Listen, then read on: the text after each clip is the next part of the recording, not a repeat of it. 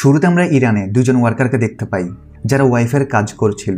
তবে তারা কাজ করছিল এমন একটা জায়গায় যেটা ইরানের পরমাণু কেন্দ্র থেকে মাত্র কয়েক কিলোমিটার দূরত্বে। ইরানের মিলিটারি সদস্যরা তাদের উপর কড়া নজর রাখছিল।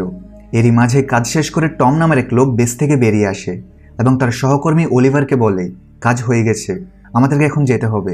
কিন্তু ইরানি আর্মি তাদেরকে থামায়, কেননা তাদের দুজনের উপর তাদের সন্দেহ হচ্ছিল। তবে অলিভার ইরানি ভাষা জানতো, তাই সে তাদেরকে বলে, আপনারা বিনা কারণে আমাদের দুজনের উপর সন্দেহ করছেন। আমরা এখানে কেবল ওয়াইফের কাজ করতে এসেছি, আমাদেরকে ইরানের সরকার পাঠিয়েছে। টম তার মোবাইল বের করে সোলজারদের একটা ফুটবল ম্যাচ দেখায় এবং বলে, ওয়াইফাই এখন আগের চাইতে অনেক ফাস্ট হয়ে গেছে, এই কাজটা করার জন্যই আমরা এখানে এসেছি। এই বলে তারা সেখান থেকে চলে যায়। অলিভার খুব ভয় পেয়ে আছে, কারণ ভিতরে তারা ওয়াইফের কাজ নয় বরং অন্য কিছুই করছিল। এখানে টম এবং অলিভার মূলত আমেরিকার সিআইএ এজেন্ট, যাদেরকে এখানে পাঠানো হয়েছে ইরানের পরমাণু গতিবিধির উপর নজরদারি করতে। তারা খবর পেয়েছে এই এলাকার মাটির নিচে ইরানের পরমাণু কর্মসূচি দ্রুত গতিতে এগিয়ে চলছে। তাই তারা বুদ্ধি করে সেই পরমাণু কেন্দ্র পর্যন্ত গিয়ে এমন একটা তারে একটা বিশেষ চিপ লাগিয়ে দেয়, যার কারণে এখন এই কেন্দ্রটি পুরোটাই আমেরিকার কন্ট্রোলে এসে পড়েছে এবং তারা দূর থেকেই এর গতিবিধি লক্ষ্য করতে পারবে, যেখানে কি কি হচ্ছে আর কিভাবে হচ্ছে। কাজ শেষ হয়ে যাওয়ার পর টম তার বসকে মেসেজ করে দেয়, ইটস ডান। সিআইএর অফিসে যখন তারা এই ছবিগুলোর অ্যাক্সেস নেয় তখন তারা অবাক হয়ে যায়, কারণ ইরান মাটির নিচে পুরো একটি ফ্যাক্টরি বানিয়ে রেখেছে, যেখানে অনেক ধরনের ড্রোন ছিল, যেগুলো প্রত্যেকটি পরমাণু আক্রমণের জন্য একেবারে উপযুক্ত। কিন্তু আজকের এই মিশনে অলিভার অনেক ভয় পেয়ে গেছে। টম তাকে বলে, ভয় পাবার কোনো কারণ নেই, কেননা তাদের এটাই কাজ, প্রতিনিয়ত এই বন্দুকের নলের মুখেই তাদের জীবন। একটা ভুল এবং বন্দুকের ট্রিগার চেপে যাবে, তাই যাই করো না কেন কনফিডেন্সের সাথে করো। অন্যদিকে আমরা লুনা নামক এক রিপোর্টারকে দেখতে পাই, যার কাছে অপরিচিত একটা নাম্বার থেকে কল আসে এবং তাকে কিছু ছবি পাঠায়, কেননা সেই মেসেজে ইরানের সেই পরমাণু কেন্দ্রের 360 ডিগ্রি ইমেজ ছিল। লুনাকে বলা হয় তারা সিআইএ এজেন্ট এবং সে যেন এই তথ্যগুলো আপাতত গোপন রাখে। তারা যখন বলবে তখন এর এই সব কিছু ইন্টারনেটে ছেড়ে দিতে পারবে। তবে লুনা লোভে পড়ে যায়, কেননা সেই যদি এই ছবিগুলো সবার প্রথমে তার বসকে পাঠিয়ে দেয় এবং টেলিকাস্ট করে দেয়, তাহলে তারা রাতারাতি ধনী হয়ে যাবে। তার বসও এই খবরে খুশি হয়, কিন্তু তারা জানতো না ইরানের এজেন্টের দ্বারা তাদের দুজনের কল ট্যাপ করা হয়েছে। আর এখান থেকে শুরু হয় আসল কাহিনী। আমরা টমকে তার বাড়ির ছাদে দেখতে পাই, যেখানে সে মোবাইলে তার স্ত্রীর সাথে কথা বলছিল। টমের স্ত্রী টমের এই পেশা নিয়ে অনেক চিন্তিত ছিল, কেননা টম বছরের পর বছর তাদের সঙ্গে কোনো যোগাযোগ করে না এবং তাদের কাছে পর্যাপ্ত পরিমাণ অর্থ পাঠাচ্ছিল না। এসবে বিরক্ত হয়ে সে ডিভোর্স নেওয়ার সিদ্ধান্ত নেয়, কেননা টাকা পয়সার অভাবে তাদের পরিবার এবং সন্তানদের জীবন অনেক কষ্টকর হয়ে পড়েছে। কিন্তু টম বলে এই একটা কাজে সে ভালো মতো করতে পারে। ওয়াইফ জিজ্ঞাসা করে এটা কেমন পেশা, যেখানে তার কোম্পানি তাকে এমন এমন স্থানে পাঠায় যেখানে গেলে আমেরিকানদের মৃত্যু নিশ্চিত। এরপর আমরা দুবাই বসবাসরত ফাহাদকে আফগানিস্তানে দেখতে পারি, যার কাছে ছিল একটা নকল আইডি। কিন্তু কেউ তাকে কোনো প্রশ্ন করে না, কেননা এখানকার লোকেরা তার ব্যাপারে আগেই জানতো। সে একটা কালো গাড়িতে উঠে পড়ে, যেখানে রোমান নামক এক ব্যক্তির সঙ্গে তাকে কথা বলানো হয়। রোমান তাকে কোনো চিন্তা করতে মানা করে, তাকে কেবল ট্রান্সলেটের কাজই করতে হবে এবং 3 দিনের মধ্যেই রোমানের বন্ধু তার সঙ্গে দেখা করবে। আসলে ফাহাদ একজন ভদ্র মানুষ, শুধুমাত্র বেশি টাকার আশায় সেই কাজটা করতে রাজি হয়েছে। অন্যদিকে আমেরিকা সেই পরমাণু কেন্দ্রের ছবিগুলো ভালো করে দেখার পরে তারা সিদ্ধান্ত নেয় যে তারা সেই পুরো কেন্দ্রটাকেই বিস্ফোরণে উড়িয়ে দিবে। যদিও সেখানে হাজার হাজার কর্মচারী কর্মরত ছিল। এরপর তাদের পরিকল্পনা মতো তারা সেই চিপের মাধ্যমে নিউক্লিয়ার সেন্টারের তাপমাত্রা বাড়িয়ে দেয়, যার কারণে সেখানে বিশাল এক বিস্ফোরণ হয় এবং কর্মরত সকলে মারা যায়। কিন্তু টম যখন এই ঘটনা ছাদ থেকে দেখে তখন সে বুঝতে পারে তাকে এখন এখান থেকে পালাতে হবে, কেননা আমেরিকা কখনো সামনে আসবে না, আর না তো স্বীকার করবে তারা এটা করেছে। অন্যদিকে ইরানি মিলিটারি এখন অনেক সতর্ক হয়ে গিয়েছে।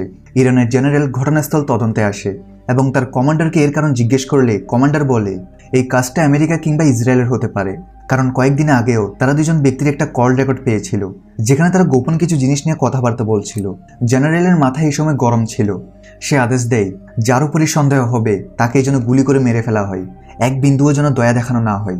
এদিকে টম সবকিছু প্যাক করে তাড়াতাড়ি সেখান থেকে বেরিয়ে পড়ে, কিন্তু অলিভারের কাজ এখনো শেষ না হওয়াতে সেখান থেকে যেতে পারবে না। যাওয়ার সময় টম তাকে বলে যত প্রমাণ রয়েছে সবকিছু জ্বালিয়ে দিও। কয়েক ঘন্টার ফ্লাইটের পর টম দুবাই এয়ারপোর্টে ল্যান্ড করে এবং সেখান থেকে তার লন্ডনে যাওয়ার কথা, কিন্তু তার ফ্লাইটের এখন আরো অনেক সময় বাকি। তখনই সে টিভি নিউজ দেখে জানতে পারে ইরানে সেই পরমাণু ফ্যাক্টরিতে হামলার ঘটনা ইতিমধ্যেই চারদিকে ছড়িয়ে পড়েছে।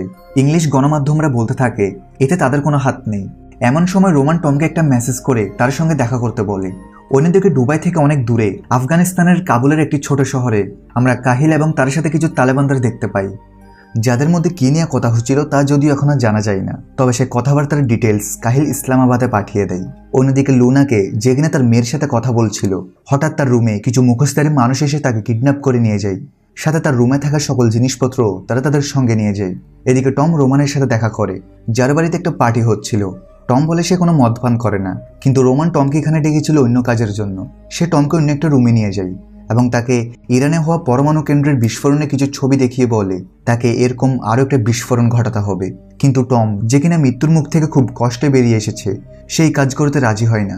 রোমান তার সামনে প্রচুর পরিমাণে অর্থ রাখে আর তাকে বলে সে যত চাই তাকে তত দেয়া হবে। এখন যেহেতু টমের পরিবারের আর্থিক অবস্থা খারাপ, তাই সে কোনো উপায় না পেয়ে রাজি হয়ে যায়। কিন্তু সে জিজ্ঞাসা করে তাকেই কেন রোমান এই কাজের অফার দিচ্ছে। উত্তরে রোমান বলে যে টমকে আফগানিস্তানের রাস্তা দিয়ে ইরানে প্রবেশ করতে হবে, আর আফগানিস্তানে যেতে হলে সাহস থাকা দরকার, যেটার জন্য লক্ষ লক্ষ ডলারও কম। এরপর রোমান টমকে ফাহাদের ব্যাপারে বলে, যে কিনা আগে থেকেই তার জন্য অপেক্ষা করছিল। সে তাকে সম্পূর্ণ সাহায্য করবে, কেননা সে ইরান এবং আফগানিস্তান উভয় ভাষাতেই পারদর্শী ছিল। এরপরে টম আফগানিস্তানের হেরাতে পৌঁছায়, যেখানে তার সাথে দেখা হয় ফাহাদের সাথে টম একটা বাড়িতে চলে যায়। এদিকে ইরানের কমান্ডার লুনাকে জিজ্ঞাসাবাদ করতে থাকে এবং বারবার একই কথা জিজ্ঞেস করে যে সেই কলে লুনা কার সাথে কথা বলছিল এবং এই ছবিগুলো তাকে কে পাঠিয়েছে। এটুকু বলে দিলেই সে তার মেয়ের সাথে দেখা করতে পারবে। কিন্তু লুনা প্রতিবারই বলে ছবিগুলো তাকে সে অজ্ঞাত নম্বর থেকে পাঠানো হয়েছিল এবং সে কোনো এজেন্ট নয়, তার কাজ কেবল রিপোর্টিং করা। ওদিকে টম ফাহাদকে কিছু বন্দুক দেখিয়ে বলে এই অস্ত্রগুলো তার কাছে রাখতে, তার কাজে লাগবে। কিন্তু অস্ত্র দেখে ফাহাদ টমকে জিজ্ঞেস করে তার মিশনটা আসলে কি ছিল। টম বুঝতে পারে ফাহাদকে আসলে এই মিশনের ব্যাপারে কোনো কিছুই জানানো হয়নি। সে ফাহাদকে বলে এটা একটা টপ সিক্রেট মিশন। যেটা শুনে ফাহাদের মাথায় হাত। সে বুঝতে পারে সে এখন অনেক বড় একটা ঝামেলার মধ্যে ফেসে গিয়েছে। অন্যদিকে রোমান টিভিতে দুজন ব্যক্তির ছবি দেখে, যাদেরকে ইরানের সেই পরমাণু কেন্দ্রের বিস্ফোরণের পেছনে দায়ী দাবি করা হয়। ইরানের স্পষ্ট দাবি এরা দুইজন হচ্ছে আমেরিকান। এখানে আমরা জানতে পারি যে লুনা কমান্ডারকে সবকিছু বলে দিয়েছে। রোমান তাড়াতাড়ি টমকে খবরটা জানায় এবং তাকে বলে তারা খুব সম্ভবত অলিভারকে মেরে ফেলেছে, তাই সেই যেন রোমানের দেওয়া মিশনটা আপাতত ভুলে যায় এবং যত তাড়াতাড়ি সম্ভব সেখান থেকে দূরে কোথাও কোনো একটা মরুভূমিতে চলে যায়। আর এমন পরিস্থিতিতে এন্ট্রি হয় পাকিস্তানের আইএসআই। ইসলামাবাদ থেকে আইএসআইয়ের হেড কাহিলকে কল করে বলে যে কোনো মূল্যে ইরানের আগে তাদের টমকে ধরতে হবে, তাও জীবিত অবস্থায়। এতে একদিকে তারা তাকে বিক্রি করে প্রচুর পরিমাণ টাকা পাবে, সাথে টমের বিনিময়ে তারা পুরো পৃথিবীকে বলতে পারবে যে তারা এই কাজটা করে দেখিয়েছে। তাই কাহিল তাড়াতাড়ি করে হেরাতের উদ্দেশ্যে বেরিয়ে পড়ে, কেননা টমের লাস্টের লোকেশন সেখানেই ছিল। অন্যদিকে টম সবার আগে তার সকল পেপার আগুনে পুড়িয়ে দেয়, যাতে কোনো প্রমাণ অবশিষ্ট না থাকে। তারপরে ফাহাদের কাছে জানতে চাই আশেপাশে এমন কোনো স্থান আছে কিনা যেখানে ভীষণ গরম পড়ে, ঠিক কোন একটা মরুভূমির মতো। উত্তরে ফাহাদ বলে তারা খান্ডারে যেতে পারে। অন্যদিকে রোমানের কাছে সিআইয়ের হেডের কল আসে, যে কিনা রোমানকে বলে টমের সাথে সে যেন কোনো ক্রমে যোগাযোগ না রাখে। কিন্তু রোমান তার বন্ধুকে এভাবে মৃত্যুর জন্য ছেড়ে দিতে পারে না। অন্যদিকে কমান্ডারের লোকেরা টমের লোকেশন পেয়ে যায় এবং তাকে ধাওয়া করতে শুরু করে। টমও ব্যাপারটা বুঝতে পারে এবং গাড়ি পরিবর্তন করে সেখান থেকে পালানোর চেষ্টা করে। আর এদিকে কাহিল বাইকে করে টমের লোকেশনের দিকে পৌঁছানোর চেষ্টা করে। অর্থাৎ টমের উপর এখন পাকিস্তান ও ইরান দুই দিক থেকেই বিপদ আসছে। একটা স্থানে এসে টমের গাড়ি ট্রাফিক আটকে যায়। সে কমান্ডারের লোকদের দূর থেকে দেখে ফেলে, যারা কিনা যে কোনো সময় তার উপর আক্রমণ করতে পারে। এমন সময় কাহিলও সেখানে পৌঁছায়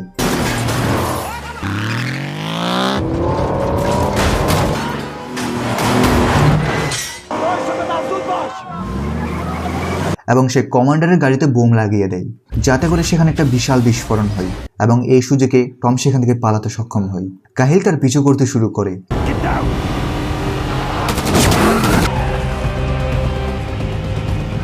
অনেকটা পথ অতিক্রম করে একটা স্থানে এসে টমের গাড়ির টায়ার পাঞ্চার হয়ে যায়। এই সময় ফাহাদ গাড়ির টায়ার পরিবর্তন করে, কিন্তু ওইসবের মধ্যে ফাহাদ এক প্রকার বিরক্ত হয়ে যায়, কেননা বিনা কারণে তার জীবন এখন ঝুঁকির মুখে। টম ফাহাদকে ওয়াদা করে যে সে ফাহাদের জীবন বাঁচাবার পুরো চেষ্টা করবে, তবে আপাতত তাদেরকে খান্ডারে পৌঁছাতে হবে। তার আগে তাদেরকে রাব্বানি নামক এক ব্যক্তির কাছে যেতে হবে, যার কাছে চপার ছিল। চপারের সাহায্যে তারা আরো দ্রুত খান্ডারে পৌঁছাতে পারবে। গাড়ির টায়ার ঠিক হয়ে যাওয়ার পরে তারা পুনরায় তাদের যাত্রা শুরু করে। তারা রাতেও তাদের যাত্রা অব্যাহত রাখে। ঠিক এমন সময় কমান্ডার একটা চপার নিয়ে তাদের উপর আক্রমণ শুরু করে দেয়, কিন্তু টম নাইট ভিশন গ্লাস ব্যবহার করছিল, যার কারণে সে খুব সহজেই চালাকি করে সেই চপারটিতে বিস্ফোরণ করিয়ে দেয়, যেটাতে কমান্ডারও মারা যায়। আর এখন তারা দুইজন পায়ে হেঁটে তাদের যাত্রা অব্যাহত রাখে। কিন্তু ফাহাদ টমের মতো এত প্রশিক্ষিত ছিল না, যার কারণে তার পা ব্যথা হয়ে যায়। তার অবস্থার কথা সে টমকে জানালে টম ফাহাদের কাছে ক্ষমা চায় এই ঝামেলার মধ্যে তাকে ফাঁসানোর জন্য। সে বলে শুধুমাত্র অর্থের অভাবে সেই কাজ করতে রাজি হয়েছে, কারণ সে তার মেয়েকে ডাক্তার বানাতে চায়। ফাহাদ এই সময় বলে তার মেয়েকে তালেবানের লোকরা মেরে ফেলেছে এরপর সে দুবাই পালিয়ে যায়, তা না হলে তারা তাকেও মেরে ফেলতো। পরের দিন তারা রব্বানির আস্তানায় পৌঁছে যায়। এদিকে কাহিলও সেই ক্র্যাশ ও হেলিকপ্টার পেয়ে যায়। রব্বানির সাথে প্রায় সব দেশেরই সম্পর্ক ছিল, যেমন সিআইএ, আইএসআই ইত্যাদির সাথেও যোগাযোগ ছিল। কিন্তু ফাহাদ যখন তার চেহারা দেখে তখন সে তার উপর রেগে যায়, কেননা তার লোকেরাই তার পুরো গ্রাম ধ্বংস করে দিয়েছিল, যার মধ্যে তার পরিবারও ছিল। এই সময় সে টমকে অনেক কথা শোনায় আর বলে তার মতো লোকদের কারণেই বিনা কারণে নিরীহ মানুষদের প্রাণ চলে যায়। এই কথাই টমেরও খারাপ লাগে, কেননা তার কথা ভুল ছিল না। তারা আরও জানতে পারে রব্বানির কাছে এই সময় হেলিকপ্টার নেই, তাই সে তাদের একটা ট্রাক দিয়ে দেয়।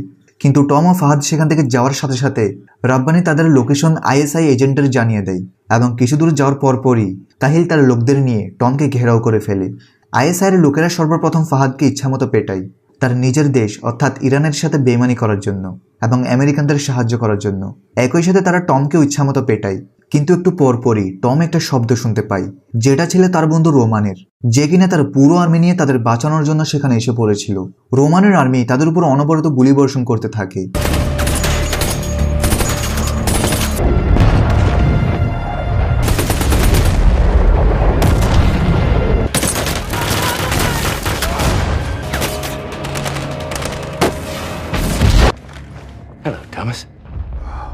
যেটাতে আইএসআইয়ের অনেক এজেন্ট মারা যায় এবং তারা টম ও ফাহাদকেও বাঁচাতে সক্ষম হয়। কিন্তু এই সব কিছু হতে কাহিল তাদের দেখে ফেলে এবং তাদের পিছু করতে শুরু করে। এই সব কিছু আমেরিকান সিক্রেট সার্ভিস তাদের বেস থেকে দেখছিল, কিন্তু তাদের করার মতো কিছুই ছিল না। তারা কেবল অপেক্ষা করছিল যেন কোনো মতে টম আমেরিকান বেস পর্যন্ত পৌঁছে যায়, তাহলে তারা তাদেরকে বাঁচাতে পারবে। কিন্তু বেস এবং তাদের মাঝে এখনো 4 কিলোমিটার দূরত্ব বাকি ছিল, আর পথে প্রতি কদমে কদমে বিপদ। অন্যদিকে কাহিল তাদের লক্ষ্য করে লাগাতার গুলিবর্ষণ করতে থাকে। একটা পর্যায়ে গুলি রোমানের গায়ে লেগে যায় এবং সে গাড়ি থেকে পড়ে যায়। সেও পাল্টা গুলি ছুড়ে, কিন্তু একটা সময় তার ম্যাগাজিন শেষ হয়ে যায় এবং কাহিলের ছোড়া গুলিতে সে মারা যায়। টমের সামনে তার অনেক ঘনিষ্ঠ একটা বন্ধু মারা যায়। সে বুঝতে পারে এটা ভেঙে পড়ার সময় না, তাই সে তার গাড়িকে ফুল স্পিডে নিয়ে যায়। এমন সময় সেখানে এন্ট্রি হয় তালেবানের, যারা কিনা টমকে মারার জন্য এগিয়ে আসছিল।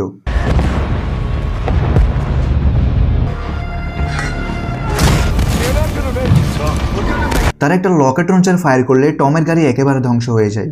কিন্তু এই সময় কাহিল তাদেরকে থেমে যেতে বললে কাহিলের কথায় তারা থেমে যায়, কেননা কাহিল টমকে নিজের হাতে মারতে চাচ্ছিল। এরপর টম এবং কাহিল এক অপরের দিকে গুলি ছুটতে ছুটতে এগিয়ে যায় এবং একটা গুলি কাহিলের কাঁধে লাগে। সে নিচে পড়ে যায়, কিন্তু টমও বুঝতে পারে তার সময় ঘনিয়ে এসেছে, তাই সে ফাহাদের কাছে ক্ষমা চায় তার জীবন রক্ষা না করতে পারার জন্য। ফাহাদ মানুষ হিসেবে অনেক ভালো ছিল এবং সে টমকে ক্ষমা করে দিয়ে বলে হয়তো এটাই সৃষ্টিকর্তার পরিকল্পনা ছিল, তার সফর হয়তো এ পর্যন্তই। এমন সময় হঠাৎ টম বিকট একটা শব্দ শুনতে পায়। তার চোখের সামনে মরুভূমি বিস্ফোরিত হচ্ছিল। আকাশের দিকে তাকালে সে দেখতে পারে 2টা F-16 ফাইটার জেট, যেগুলো ছিল আমেরিকান, তারা তালেবানদের গাড়িগুলোকে উড়িয়ে দেয়। আমেরিকানরা ইচ্ছা করে এই হামলাটা ঘটায়, কারণ তারা তাদের চোখের সামনে তাদের একজন অফিসারকে এভাবে মরতে দেখতে পারে না। তারপর টম এবং ফাহাদ উভয়কে সেখান থেকে নিয়ে যাওয়া হয় এবং একটি প্লেনে করে তাদেরকে অন্য জায়গায় পাঠিয়ে দেওয়া হয়। কিন্তু এই সফরে কেউ না কেউ নিজেদের কাউকে হারিয়েছে। জেনারেল নিজের ছেলে ইসমাইলকে হারিয়েছে, যে কমান্ডার ছিল। ওদিকে টম তার বন্ধু রোমানকে হারিয়েছে। ফাহাদ কয়েক বছর আগে নিজের পুরো পরিবারকে হারিয়েছে। এই লড়াই কেউ কিছু অর্জন করতে পারেনি, শুধু মৃত্যু ছাড়া। আর এখানেই এই মুভির সমাপ্তি ঘটে। বন্ধুরা, এই মুভিটা ছিল আমেরিকান, তাই এটাতে আমেরিকাকে ভালো ও চালাক দেখানোর চেষ্টা করা হয়েছে।